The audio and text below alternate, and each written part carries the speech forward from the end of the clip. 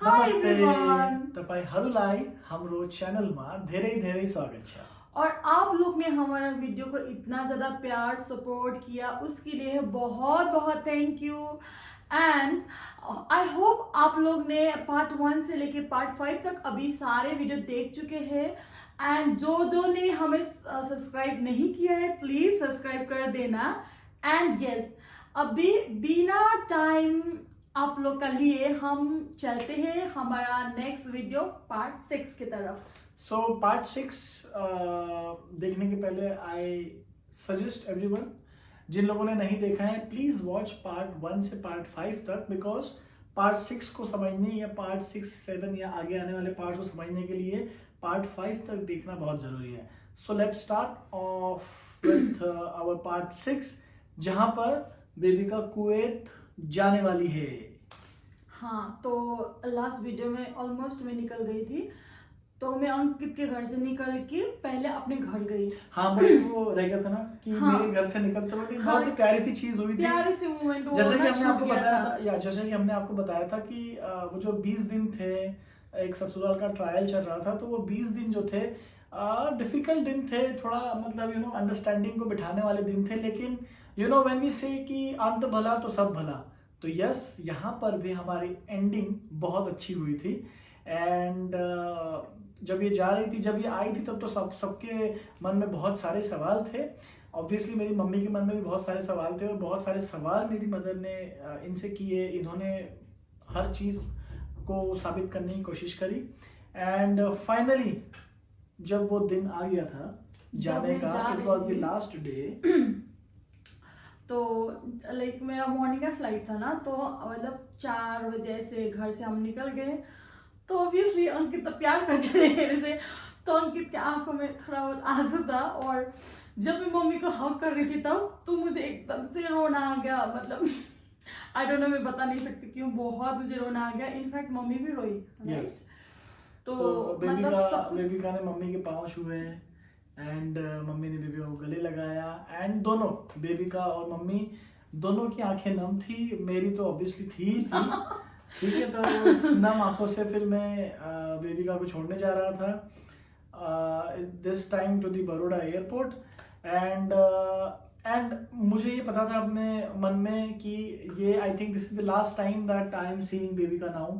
And I don't know कि अब इसके बाद में हमारी मुलाकात कब होगी, because she was flying to Kuwait. मतलब 1 महीने बाद जाने वाली थी। 1 महीने नहीं, मैं एक हफ्ते ऐसे में एक हफ्ते बाद she was flying to Kuwait, and I was flying back to my location. मुझे तो लद्दाख जाना था, तो मुझे पता था, हम दोनों को पता था कि अब हम नहीं मिल पाएंगे एक काफ़ी लंबे समय तक। तो it was a very very difficult time for us, a very tough situation for us. And आज भी वो सोच के मेरे को तो दिल में दुख फील होता है।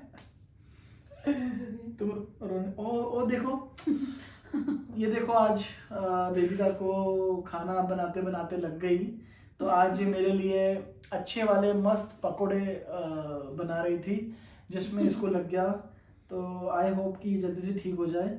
इस पे हमने दिन में बर्नॉल लगाया था, तो लेकिन अभी रात में फिर लगा देंगे, ठीक। एंड फिर हम मतलब मैं बाय बाय बोल के चली गई वहाँ पे सिलीगुड़ी में। जाके थोड़ा बहुत तैयारी किया, पैकिंग वगैरह किया फाइनली। इनफैक्ट जब मैं सिलीगुड़ी से फ्लाई कर रही थी तब भी मैंने अपने घर में नहीं बताया था कि मैं कुवैत जा रही हूँ। मतलब मम्मी को बताया था कि मैं जा रही हूँ, मम्मी पापा सबको पता था, सबके मतलब ओके से मैं जा रही थी। बट मम्मी बहुत ज़्यादा इमोशनल हो रही थी क्योंकि मैं जा रही थी फर्स्ट टाइम फॉरेन ट्रिप, मतलब इंटरनेशनल ट्रैवल कर रही थी।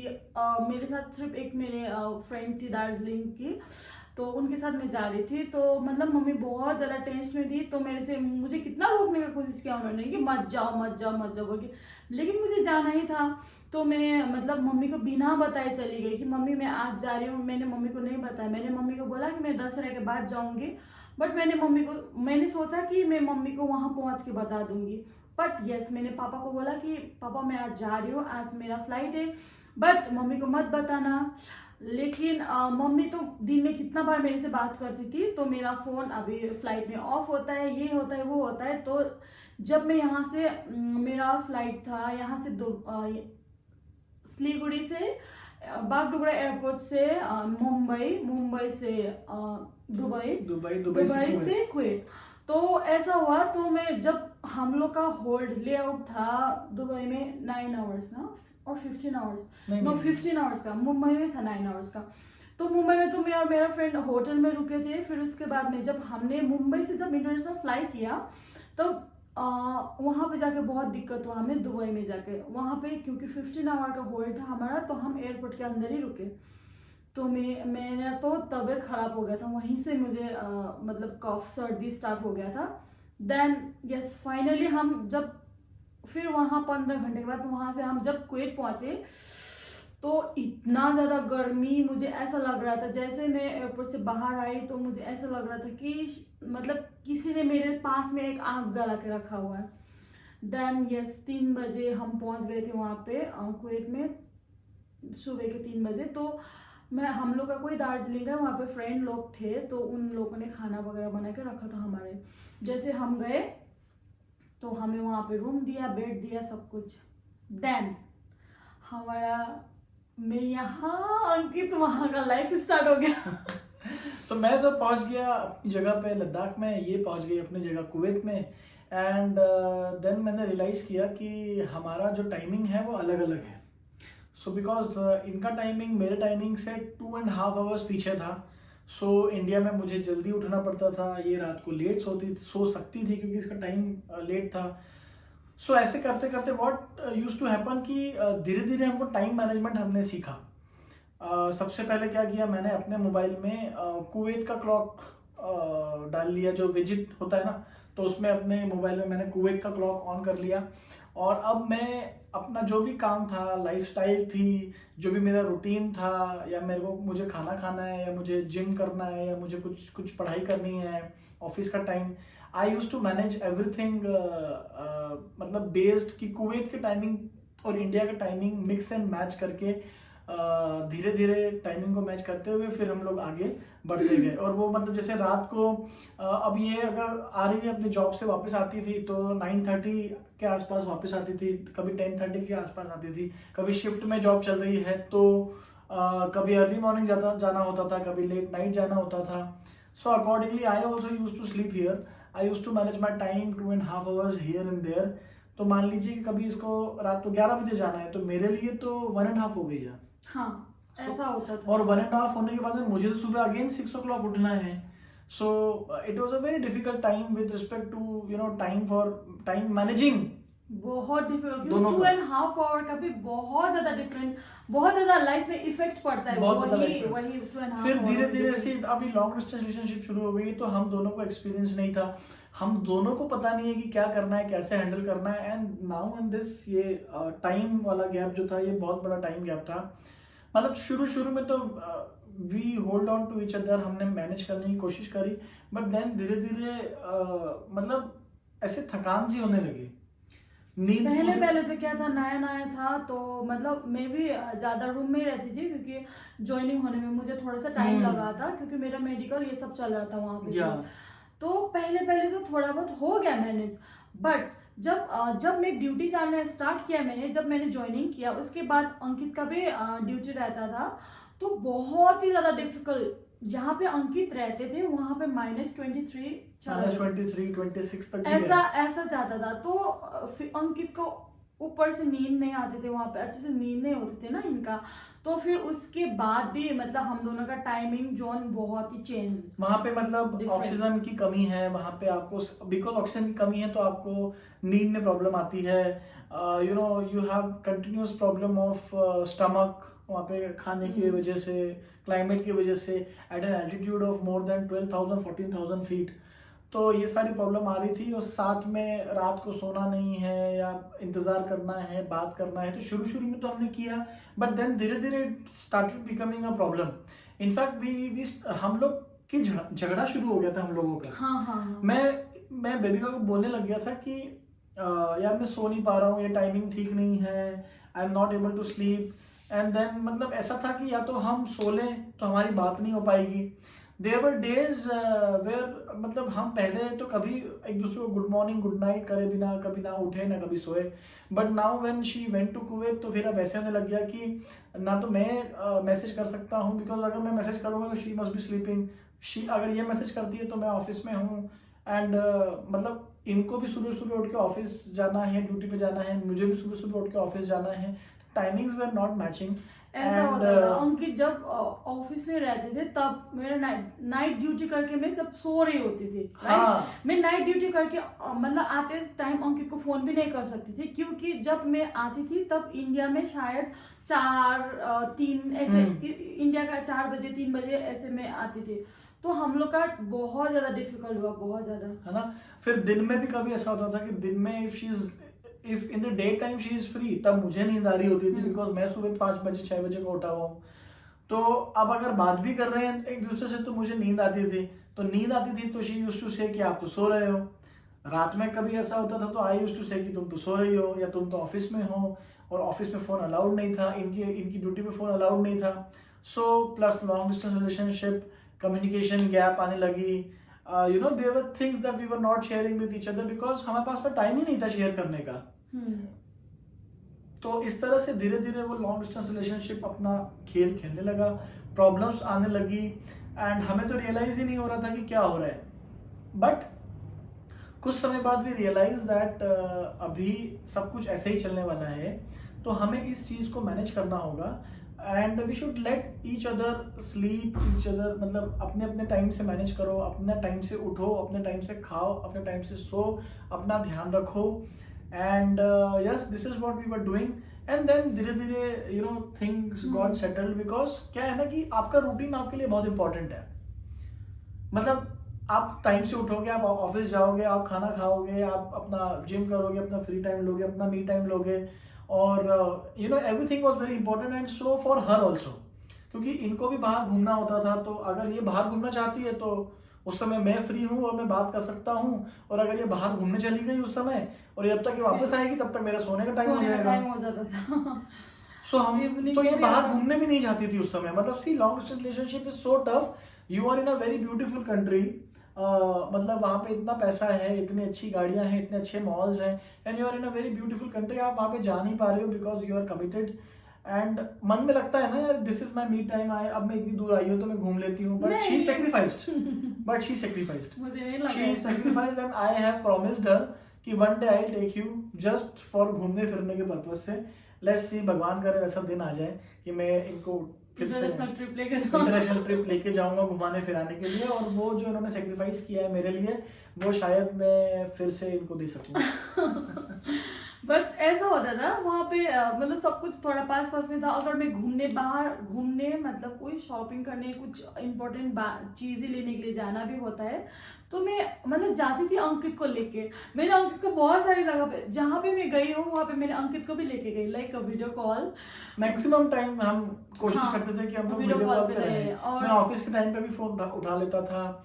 रात को कभी मतलब I am sleeping and she misses me, और इन्होंने कभी मुझे फोन लगाया मैं तब भी फोन उठा ही लेता था, and almost of the time we were on video call. ऐसा होता था कभी कभार, हाँ कभी कभार ऐसा होता, एकदम से मतलब मुझे घर का याद आता था और एकदम से मुझे अंकित का याद आता था, तो मैं अंकित को फोन लगाती थी, लेकिन अंकित फोन उठाते थे। रात के 4 बज रहे हो, 2 बज रहे हो, कितने भी टाइम क्यों ना हो, है ना, आप फोन उठा के मेरे से बात कर देते। कभी कभार तो ऐसा भी हुआ, रात को मैंने फोन लगाया, हमारा झगड़ा हुआ, और अंकित ने मुझे पूछा कि तुम झगड़ा करने के लिए मुझे फोन किया। ऐसा हाँ, मेरी नींद डिस्टर्ब करके। हाँ, तुमने झगड़ा करने के लिए, ऐसा भी बोला ना आपने। यस। तो अब एक किस्सा आपको सुनाता हूँ मैं कि क्या हुआ कि शी वॉज इन कुवैत, तो हमारा झगड़ा हुआ एक दिन। हमारा झगड़ा हुआ और मतलब मुझे किसी काम से बाहर जाना था, तो मैं अपना गाड़ी लेके, ड्राइवर को लेके मैं बाहर निकल गया। एंड जो रोड थी वो रोड ऐसी थी कि एक तरफ पहाड़, फिर यहाँ पे मतलब ये रोड है पहाड़, और यहाँ पे नीचे पूरी खाई थी। तो खाई थी कम से कम 300-400 फीट के आसपास की खाई होगी। एंड देन नीचे नदी, इंडस रिवर, अगर आप लोगों ने सुना है तो Indus river was flowing. And मतलब क्या हुआ कि जब हम वापस आ रहे थे अपना काम खत्म करके, हमारा ऑलरेडी झगड़ा तो हो रखा था, पर जब हम वापस आ रहे थे अपना काम करके तो रास्ते में मेरे ड्राइवर को नींद लग गई। नींद लग गई तो अचानक से जो गाड़ी है वो अपने मेन रोड से हटके कच्चे रोड पे निकल गई। एंड जब मैं उस समय मोबाइल में कुछ ऐसे गाने लगा रहा था, जैसे ही मैंने देखा आई रियलाइज दैट मेरी गाड़ी बहुत ही करीब आ गई है खाई के। एंड मैंने स्टीयरिंग पकड़ के गाड़ी का स्टीयरिंग मोड़ दिया। To be very honest it was I think 2 seconds 1 inch का फासला था हमारे और मेरे और मौत के बीच में। और गाड़ी वहाँ पे रुकी और मैंने देखा, जैसे मैंने गाड़ी का गेट खोला, अगर मैं गाड़ी से कदम बाहर निकालूं तो शायद मैं खाई में गिर जाऊंगा। इतनी भी जगह नहीं बची हुई थी, मतलब इतनी सी जगह बची हुई थी खाई और गाड़ी के टायर में। So that day I came back, I told her कि ऐसा ऐसा हुआ है। And both of us realised कि झगड़ा तो आप लोग कर लेते हो, हम लोग कर लेते हैं विदाउट रियलाइजिंग कि हमारी जिंदगी में कौन सा दिन हमारा आखिरी होगा, लास्ट होगा किसी को नहीं पता है। और फिर आखिरी दिन मान लीजिए कि एक दिन पहले झगड़ा हुआ था, उसी दूसरे को बुरा भला बोला, आई हेट यू बोला, आई डोंट लव यू बोला, ब्रेकअप की बातें करी। क्योंकि गर्लफ्रेंड बॉयफ्रेंड में ना ब्रेकअप की बातें बहुत ही कॉमन है, मतलब every day is a breakup and every next day is a patchup. But मान लीजिए कि वो नेक्स्ट डे पैचअप वाला कभी आया ही नहीं, and you said that I don't love you, I don't want you in my life and I want to break up, and then your boyfriend goes or your girlfriend goes somewhere and then they never return back. So what would you say to yourself in whole of your life or whole of your life कि सबसे आखिरी दिन आपने उनको क्या कहा था? सबसे आखिरी दिन आपने वो कहा था कि that you don't like them, you hate them and you don't want them in your life, and today when they are not with you, you are missing them so much. Exactly. So from that day we decided and we promised each other that whatever happens in our life, whether we stay together or not, we will not curse each other, we will not say bad words to each other, we will fight, but our fight won't end, मतलब it has to end that time only. फिर what happens is जब आप long distance relationship में रहते हो तो there are many misunderstandings, मतलब हर छोटी छोटी बात पर आपको मिसअंडरस्टैंडिंग हो जाती है, आपको बुरा लगता है, because you are not together, because you are not meeting each other every day, you are not talking to each other, there is no physical touch between you, there is no physical contact between you, everything is just digital, है ना, WhatsApp है, phone call है, video call है, that's it, ठीक है। तो और ऊपर से यू नो आपके लाइफ में बहुत सारे लोग आते हैं जो आपको अपना ओपिनियन देते हैं लाइफ को जीने का, यू नो लाइक इनकी लाइफ में लोग आए जिन्होंने कहा कि यार you have come to a very good place on a very good job, so now why do you want to go back, you can settle here only, you can have a boyfriend here only.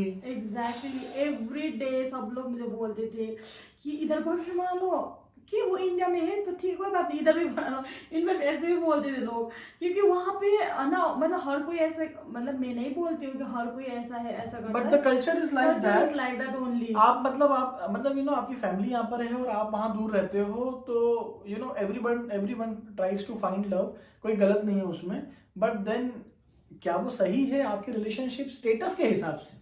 See, if you are married in India and you are having a relationship there, I think it's wrong.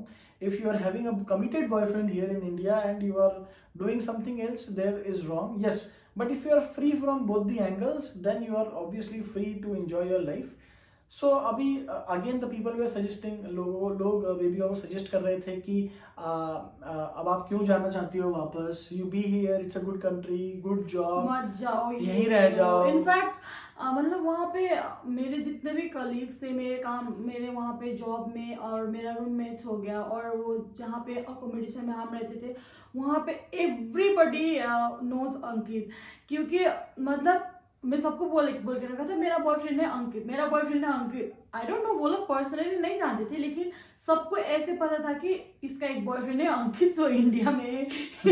और ये हमेशा उनको बोलती थी कि अगर मुझसे कुछ भी करने की कोशिश करी, कुछ भी मेरे को छेड़छाड़ करने की कोशिश करी, तो मेरा बॉयफ्रेंड सीधा AK-47 लेकर आएगा। मैं ऐसे भी बोलती थी वहाँ पे ना, बोल के चिढ़ाती थी लोगों को।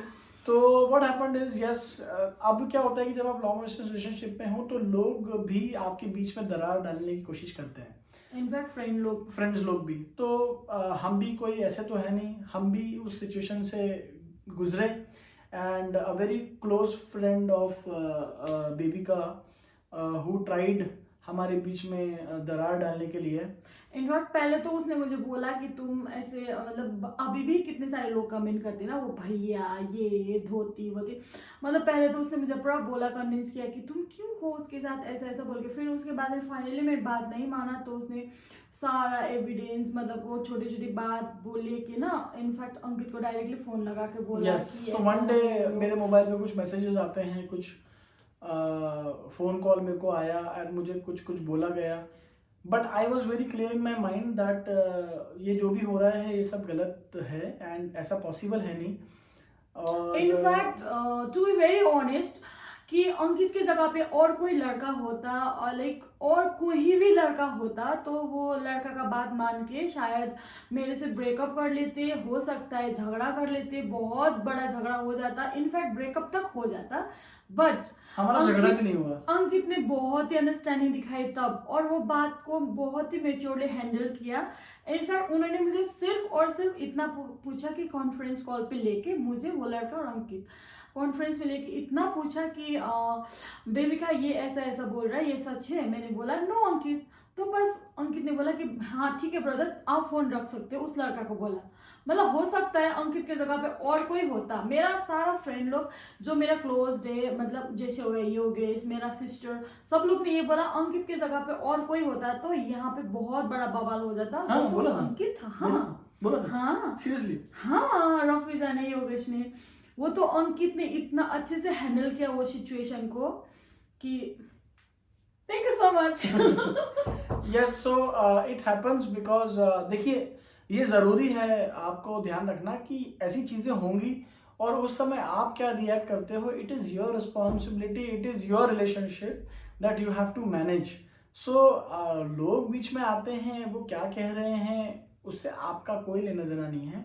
You have to be strong with each other. आपको आपका रिलेशनशिप देखना है, आपको आपका प्यार देखना है और बाकी सारी चीज़ें आपको नज़रअंदाज कर देनी है।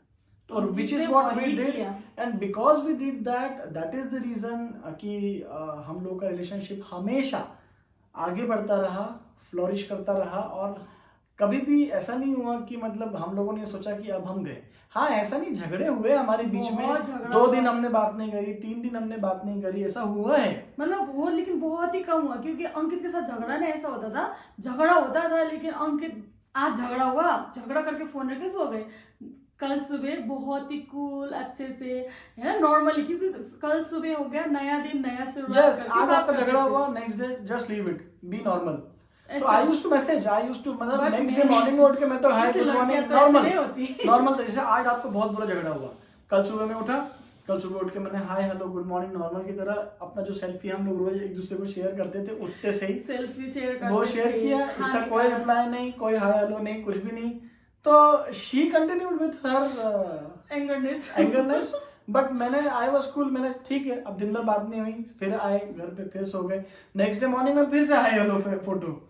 फिर ऑब्वियसली अब कब तक आप गुस्सा कैरी करोगे, तो वो फिर बात।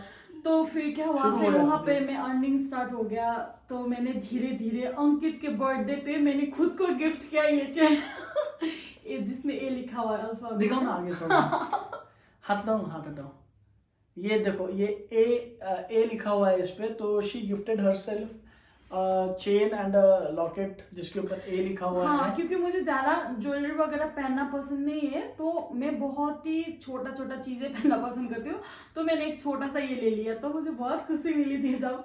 अंकित के बर्थडे पे मैंने खुद को गिफ्ट किया, फिर उसके बाद में फिर धीरे धीरे और पैसा इकट्ठा किया, फिर पैसा इकट्ठा करके फिर मैंने अंकित के लिए भी एक चेन खरीद लिया। So it was a very big thing for me. She has gone out from India to Kuwait अपनी रिस्पॉन्सिबिलिटीज निभाने के लिए, उसकी इसकी खुद की रिस्पॉन्सिबिलिटी जो ये अपने पेरेंट्स के लिए, अपने घर के लिए फील करती है, और उसके बावजूद भी मतलब वहाँ पे रह के भी पैसा इकट्ठा करके she bought a gold chain for me and लेके रख लिया पैसा इकट्ठा करके। It was a very big thing for me, it मतलब it's a very proud moment for a boyfriend कि आपकी गर्लफ्रेंड जो है वो पैसा कमा के आपके लिए सोने की चेन भी खरीद रही है, अपनी रिस्पॉन्सिबिलिटीज भी पूरी कर रही है, and I am still very proud of bebinca whatever she does in her life for my family, for my mother, for my relatives, for her family, and she keeps up responsibilities very well. और फिर अभी तो हमारे relationship आगे बढ़ ही रहे थे, झगड़ा सबके साथ में। देन आफ्टर क्या हुआ कि मैंने अपने घर वालों को बता दिया अंकित के बारे में, है ना, एंड अंकित के घर वाले से तो मैं मिल ही चुकी थी। देन आफ्टर हमने धीरे धीरे घर वालों को इन्वॉल्व करना शुरू कर दिया, क्योंकि अंकित के तरफ से थोड़ा मुझे फोर्स कर रहे थे। अंकित बोल रहे थे एक साल में वापस आ जाओ, तुम 1.5 साल में वापस आ जाओ, जब भी फोन करते तुम कब आ रही हो। देन फिर मैंने भी सोचा अभी जाना तो है, शादी तो करना ही है, क्योंकि अभी मैं दूर तो नहीं रह सकती।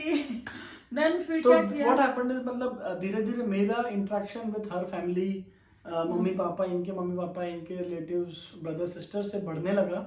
वीडियो कॉल पे जब भी अपने घर पे वीडियो कॉल करती थी तो मैं भी उसमें ऐड हो जाता था। सेम मैं अपने मम्मी से वीडियो कॉल करता था तो इनको ऐड कर लेता था। सो धीरे धीरे family interaction started growing more. And then हम लोगों ने शादी की बात भी अपने मम्मी पापाओं से करी, मतलब और ज्यादा क्लियर तरीके से। सबके साथ वीडियो कॉल पे अंकित ने ही बोला, या सबके साथ वीडियो कॉल पे मैंने ही बोला, क्योंकि मुझे बोलना ही था। देखो कहीं ना कहीं तो किसी ना किसी को स्टेप लेके उस स्टेप तक पहुंचना ही है, तो आप वेट करते रहोगे तो न जाने कब पहुंचोगे। So I only took this step and मैंने ही वीडियो कॉल पे बताया। तो इनके घर वालों ने बोला कि ठीक है, अच्छी बात है, अगर ऐसा है तो अभी ऐसी कोई मतलब कोई प्रॉब्लम नहीं है, बट लेट बेबी का कम बैक, है ना। वो बेबिका से मिलना, मतलब मिल के घर वाले मम्मी पापा इनके मिल के बेबिका से बात करना चाहते थे।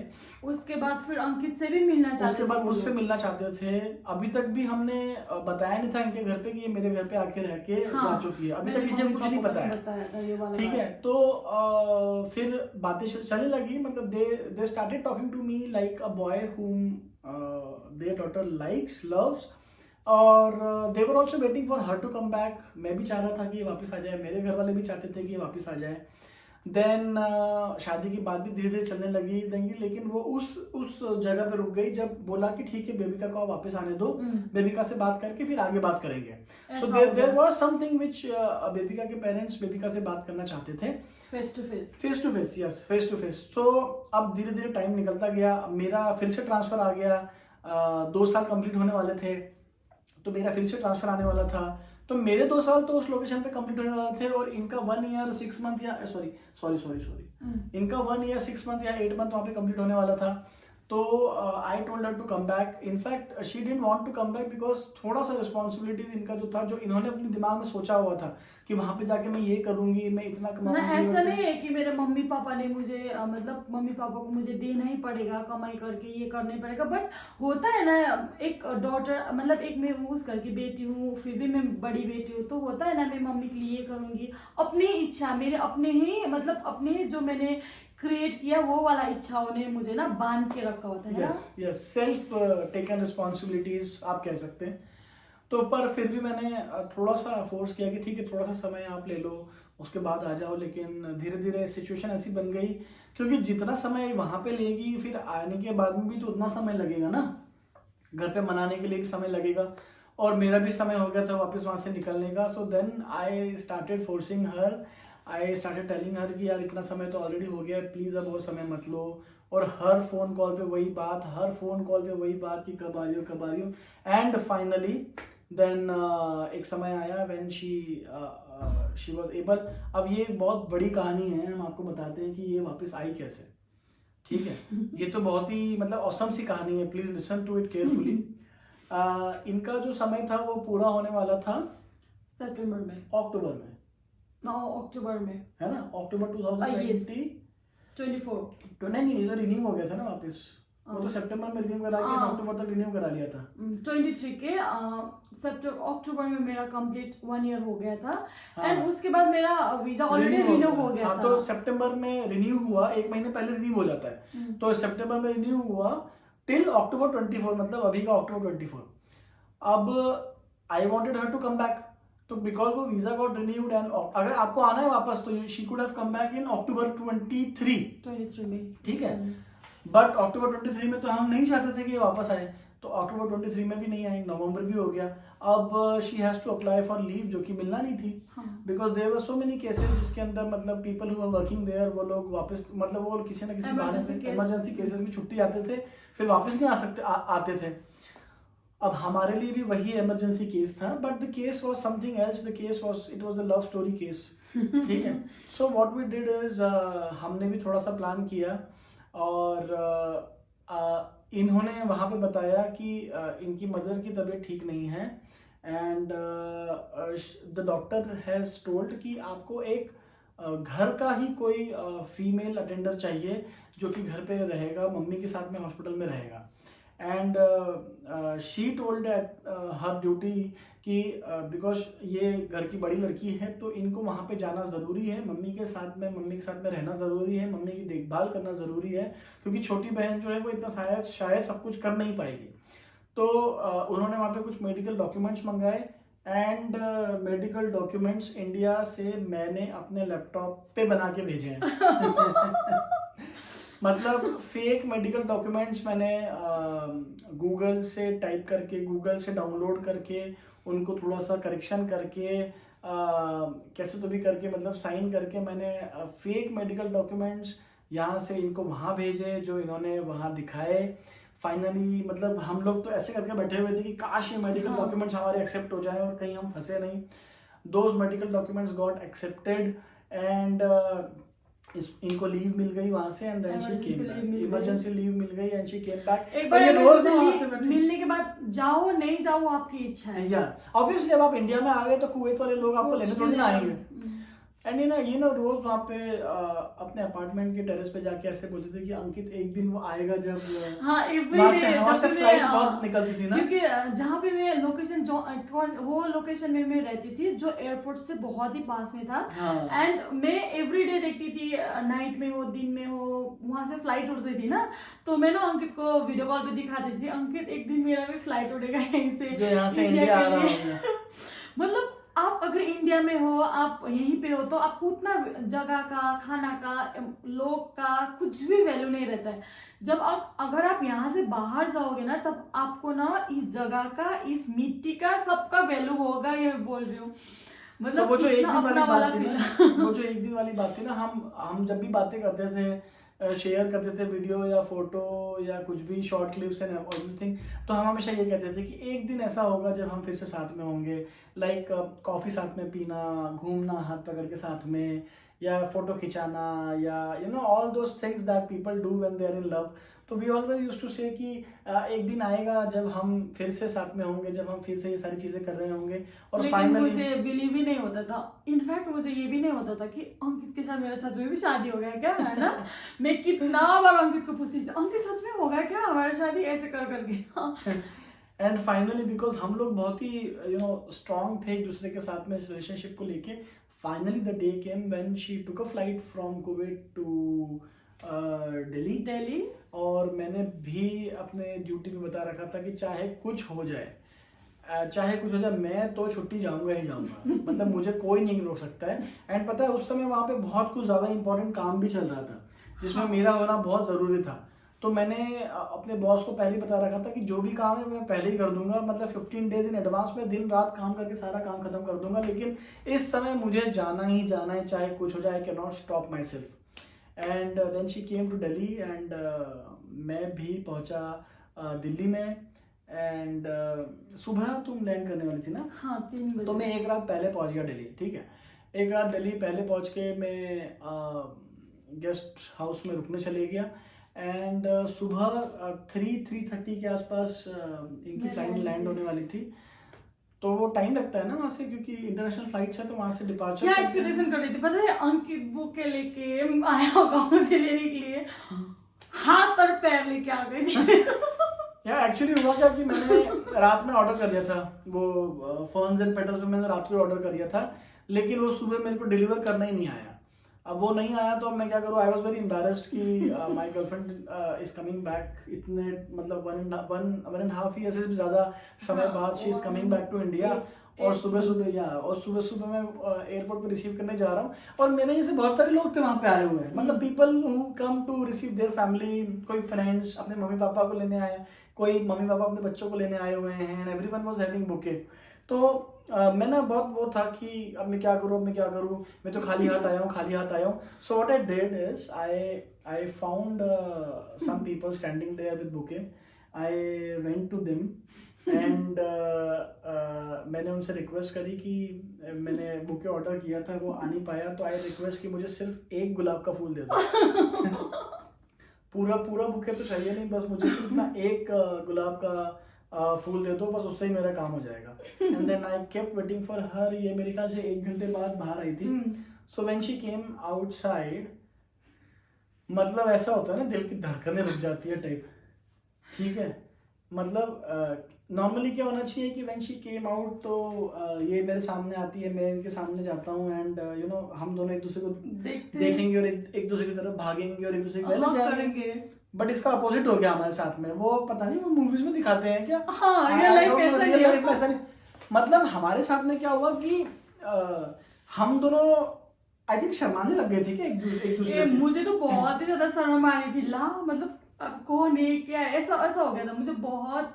मतलब हम दोनों काफी टाइम से नहीं मिले थे ना, काफी टाइम से। तो it took like approximately 3 to 4 minutes for us to normalize. Then I gave her rose, and then finally she hugged me. Then she cried, then I cried, and we were so happy. I was like touching her कि तुम्हें क्या हो गया है, तुम इतनी बदल गई हो। She was also like कि आपको क्या हो गया है, आप तो दुबले हो गए हो। हाँ मैं I was like यार तुम्हें क्या हो गया यार, क्या तुम कहाँ, मतलब पूरी चेंज कैसे हो गई 1.5 साल के अंदर। एक्चुअली मैंने कुवैत में जाके बहुत वेट गेन कर लिया था। मतलब एक्चुअली वहाँ पे खाने का कुछ अता पता नहीं होता था, मतलब कुछ फास्ट फूड, कोल्ड ड्रिंक, क्योंकि ऐसा होता था ना वहाँ पे आपको रूम में बना के खाने का टाइमिंग ही नहीं मिलेगा। क्योंकि मेरा शिफ्ट ऐसा रहता था, कभी कभार मैं ओवर टाइम ज्यादा कर देती, तो कभी कभार मेरा शिफ्ट का टाइमिंग रहता था 21 आवर्स शिफ्ट का ना, 21 आवर्स 21 आवर्स, कभी कभार 18 आवर्स ऐसा रहता था। इसीलिए मतलब खाने का कुछ टाइमिंग नहीं, मेरा गाल है अब 20 से भी ज्यादा बड़ा हो गया था ना। तो फिर then yes we were very very happy to see each other again. And मतलब अभी भी मैं आंखें बंद करके वो पल याद करने की कोशिश करूंगा, तो मतलब मुझे बहुत खुशी होती है कि finally she was back, and finally हमारा 18 महीने का लॉन्ग डिस्टेंस रिलेशनशिप हमारा खत्म हुआ, पीछा छूटा है लॉन्ग डिस्टेंस रिलेशनशिप से। It was a difficult phase, however मतलब we manage very well. So finally ये इंडिया वापस आ गई, एंड दिल्ली में फिर हम लोग रुके एक दूसरे के साथ में 2 दिन तक, घूमे फिरे, बातें करी, बहुत सारी बातें थी जो हमें एक दूसरे से करनी थी, है ना। सो हमने बातें करी, हम सोए नहीं, हम एक्चुअली सो ही नहीं पाए, और मतलब 2 घंटा 3 घंटा शायद सोए होंगे। और क्योंकि अब आगे का प्लानिंग करना था ना, तो आगे की प्लानिंग में ये था कि दैट ये अपने घर जाने वाली थी और कुछ सवाल होने वाले थे। सो मैंने कहा कि चलो ठीक है, काम करते हैं कि मैं तुम्हारे साथ में चलता हूँ। मतलब मेरे पास में सामान तो था, I was on leave also, तो मैंने कहा कि चलो मैं तुम्हारे साथ में ही घर चलता हूँ। बट देन शी सेड कि नहीं, अभी पहले she wants to go alone, अपने मॉम डैड से खुद पहले बात करेगी, एंड देन उसके बाद में अकेले, क्योंकि अंकित भी वहां पे होंगे तो वो लोग भी अच्छे से बात नहीं कर पाएंगे, और मैं भी वो लोग को फेस नहीं कर पाऊंगी, राइट। तो इसीलिए मैंने सोचा पहले मुझे अकेले ही जाके वहां पे हैंडल करना पड़ेगा, ताकि जब अंकित मेरे घर पे आए तो वो लोग को अंकित बम के साथ में वहां पे ना टपके। ये मैं चाहती थी, तो अंकित को थोड़ा कम्फी फील हो जाए मेरे घर पे। सब मेरे मम्मी पापा को अच्छे से समझाऊंगी तो अंकित भी अच्छे से रह लेंगे, अच्छे से मेरे मम्मी पापा को समझ लेंगे, मेरे फैमिली को, मेरे कल्चर को तो आप अंकित को बताने की जरूरत नहीं है। तो ये सोचा मैंने, तो हम वहाँ दिल्ली में अंकित चले गए अपना घर, मैं चले गए अपना घर। देन जब मैं घर पे गई, फिर उसके बाद जो हुआ ये पार्ट हम कवर करेंगे नेक्स्ट पार्ट में, जो कि होगा पार्ट 7। और ये बहुत जरूरी होने वाला है, क्योंकि मेरे मम्मी पापा का इतने सारे क्वेश्चंस थे, इतने सारे बातें थे, वो सब कुछ आपके सामने खुल के रख दूंगी। And it's very important part. This is going to part 7 is going to be very important part, because mummy papa कैसे थिंक करते, वो तो ठीक है, बट कैसे एक नेपाली लड़की ने अपने मॉम डैड को मनाया एक नॉन नेपाली लड़के से शादी करवाने के लिए। Exactly, and very big thing. और फिर अंकित को मेरे घर में कैसे बुलाया, फिर क्या क्या हुआ घर में, कैसे सब कुछ हैंडल हुआ, और मुझे कितना अच्छा लगा, हमने क्या किया। I went there for how many days, everything we will cover in our next part 7. So thank you everyone जिन लोगों ने अभी तक का ये पूरा पार्ट देखा है, आप लोगों का बहुत बहुत शुक्रिया, धीरे धीरे धन्यवाद। और अभी जैसे कि हमारे व्यूअर्स ने हमें कहा है कि प्लीज़ आप हर वीडियो में एक गाना गाया करिए, नेपाली सॉन्ग एक गाना गाया करिए। So I am trying again Nepali song आप सभी लोगों के लिए। हालांकि ये गाना मैं ऑलरेडी गा चुका हूँ, आप लोगों ने सुन लिया होगा on the another media. So but still I sing once again. वारी खायो पारी खायो आगो सल्कियो, रसानी रसानी माया ते तिरपल कियो, परखा परखा परखाना नगर नहतार नगारा, यता खोजिरा छु त्यो मायाको अर्थ। तिमी किन फेरि फर्की फर्की आएर सताएर दिन रात, तिमी किन फेरि पछि पछि चालेर पाएर। So thank you everyone for watching this video. Stay tuned, watch part 7 and आज के लिए Don't सिर्फ इतना forget he. to like, share and subscribe our channel. And yes, बहुत ही इम्पोर्टेंट बात हुआ है YouTube से रिलेटेड, बहुत ही अच्छा बात हुआ है, लेकिन इसका व्लॉग हम बाद में डालेंगे, अभी नहीं। अभी हमारा ये लव स्टोरी पहले कवर कर लेंगे, उसके बाद एक बात हम आपसे शेयर करना चाहते हैं, लेकिन अभी नहीं। So take care, good night, love you all, bye bye, love you all।